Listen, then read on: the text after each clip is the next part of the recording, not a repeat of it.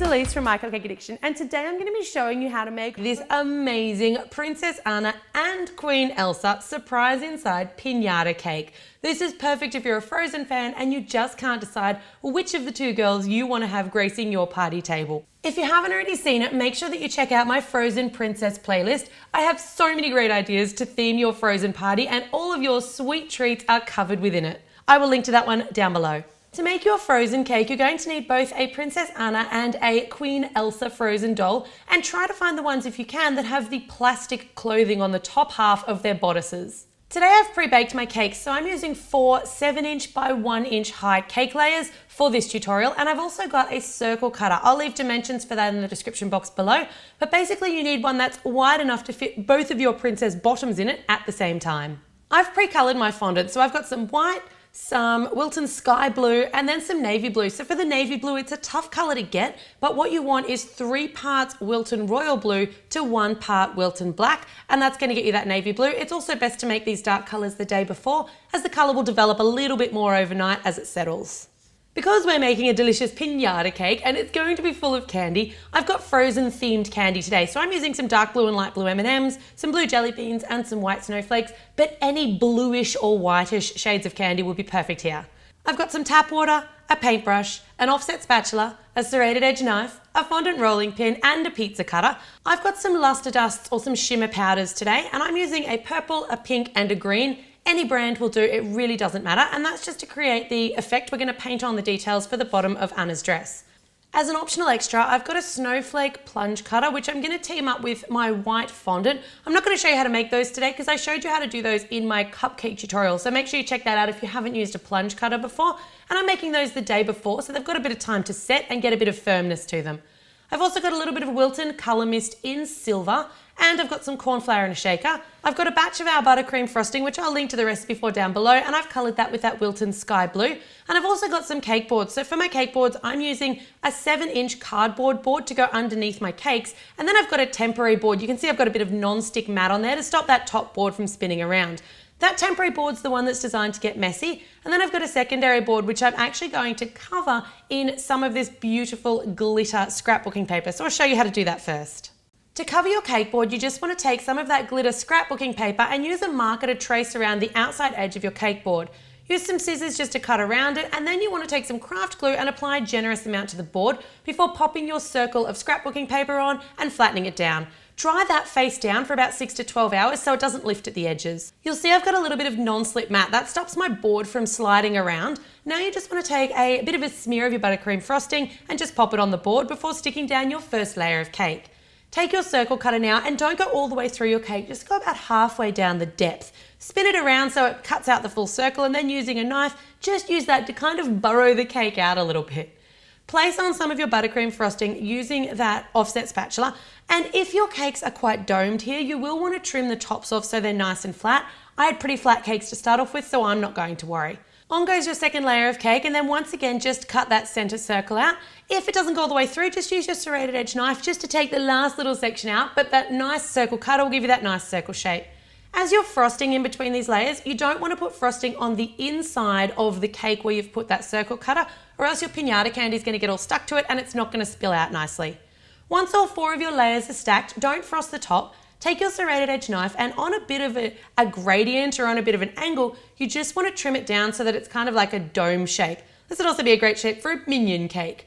I'm also going to trim off all of the sides and all of the edges, so what I've got is quite a high round dome. Using your spatula, you want to work some of that frosting back and forward into the sides of the cake, really thin layers. This is going to create a crumb coat, which is going to trap all of those crumbs. You can set that off in the freezer for about 5 or 10 minutes while you wrap your dolls if you'd like it to be a bit firmer to work with. Make sure that when you wrap your dolls, you've taken off all of their accessories, lift their arms in the air, and make sure that no part of the doll is going to be touching the cake. Put in about 2 handfuls of that candy, and then you can take your Queen Elsa doll and stick her in ever so slightly tilted towards what's going to be the front of your cake. Once she's in, then you can take your Anna and push her in as well. That candy's kind of going to move around and make way for their feet. And then you want to take some more of your pieces of candy and just pop them in the gaps in between the girls' bottoms and give your cake a little shake so that it all sort of settles down to the bottom and you can fill it up as full as you can. To keep everything in place, just take a bit more of that frosting and using the spatula kind of frost the girls into the dress and frost seal the candy in. Now you want to apply a nice generous coat of buttercream frosting. So that crumb coat is just designed to set the cake. This is going to be what sticks our fondant down. Once you've got a fair bit of it on there, you can scrape it off so that it's as nice and smooth as you can possibly get it. With this, you want to work quite quickly because buttercream will start to crust and you need to get that fondant on there within about 10 or 15 minutes. Otherwise, it's not going to have anything to stick to.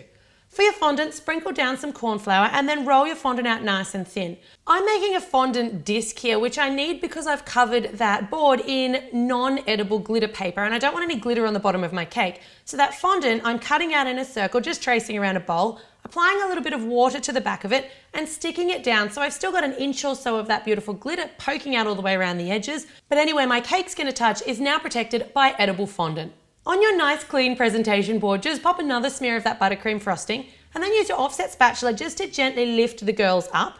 Placing your fingers underneath either side, position them down on the board and then sort of walk your fingers right towards the back of that cake board and then drop it. That's the easiest way to get the cake down without making a mess. Roll out another thin piece of fondant and we're going to cut kind of like a weird triangle shape. So I don't have a template for this and you want to go by eye, but make it bigger rather than smaller because we can always trim it once it's on the cake. Pick it up and drape it over, making sure that you secure the waist first of all. So make sure that you've got Elsa's waist where you want it, and then you can work on making sure the sides are going to roughly halfway down the front and back of your cake.